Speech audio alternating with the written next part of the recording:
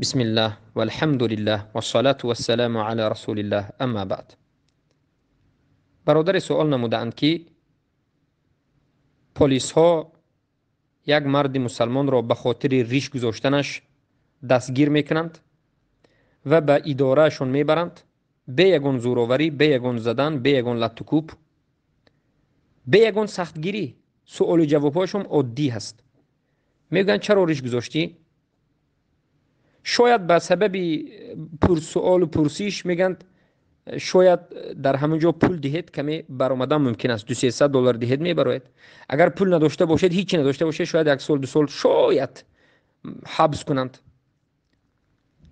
یک مرد مسلمان رو بردند که او مرد پول دارد، میتواند که 200 دلار دهد از همونجا آزاد شود. لیکن بجای این مرد یک بار میگه که این ریش رو من برای این گذاشتم، من خریستانم. میگه حکم این مرد چیست؟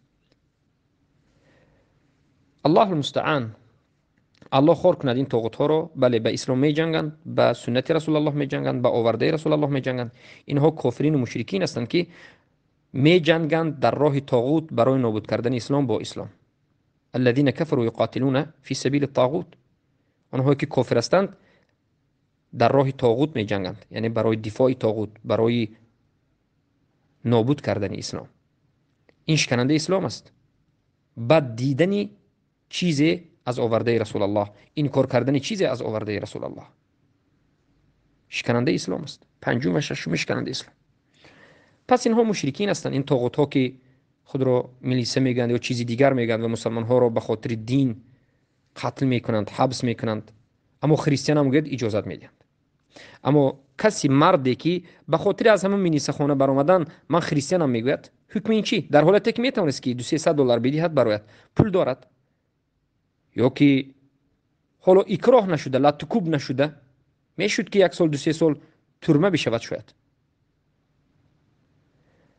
ما میگوییم یک مرد مسلمان یا یک زن مسلمه وقتی که بدون اکراه او را کسی مجبور نکرده، کسی زده و لطوکوب کرده، دست و پایش را نشکسته، من خریستیانم میگوید، از پیش خودش فقط در سوال جواب کردن عادی تو کی هستی؟ میگه من خریستیانم. میگه یک بار بدون اکراه. این کافر است، این مرتد است، این از دینش گشت. ترس به جای برکین رو از دینش گشت. یگانه جایی که کافر کفر اکبر رو میکند یا مشرک شرک اکبر رو میکند و مشرک نمیشود، یک انسان شرک اکبر و کفر اکبر رو میکند و مشرک و کافر گفته نمیشود، در سوره نحل آیه 106 الله خودش خبر داده است. اعوذ بالله من الشیطان الرجیم. من کفر بالله بعد ایمانه. هر کسی که کافر شود بعد از ایمانش، این کافر است، این مشرک است. هر کسی که من خریستان شدم میگه این خریستان است، کافر است، از دین اسلام برآمد. بجز در یک حالت، الا من اکره و قلبه مطمئن بالایمان. در یک حالتی که اکراه شده باشد و قلبش پر از ایمان باشد، همین چیز رو به اختیار خودش نگفته باشد، انشراح صدر نکرده باشد، به قلبش اختیار نکرده باشد و از سبب زوراوری و لطوکوب و زد و کشت، از سبب طاقت نکردن به درد و رنج برای خلاص شدن از مرگ، اگر من خریستانم گفته باشد، به قلبش همین سخنش رو بد دیده باشد، نفرت کرده باشد، لیکن به زبانش کمی گفته باشد، انا این انسان رو الله عذر داده است. لیکن بعضی از علما میگن که در مسئله اختیار دین لطوکوب کند هم، اکراه کند هم، تو من در دیگر دینم نمیگویی.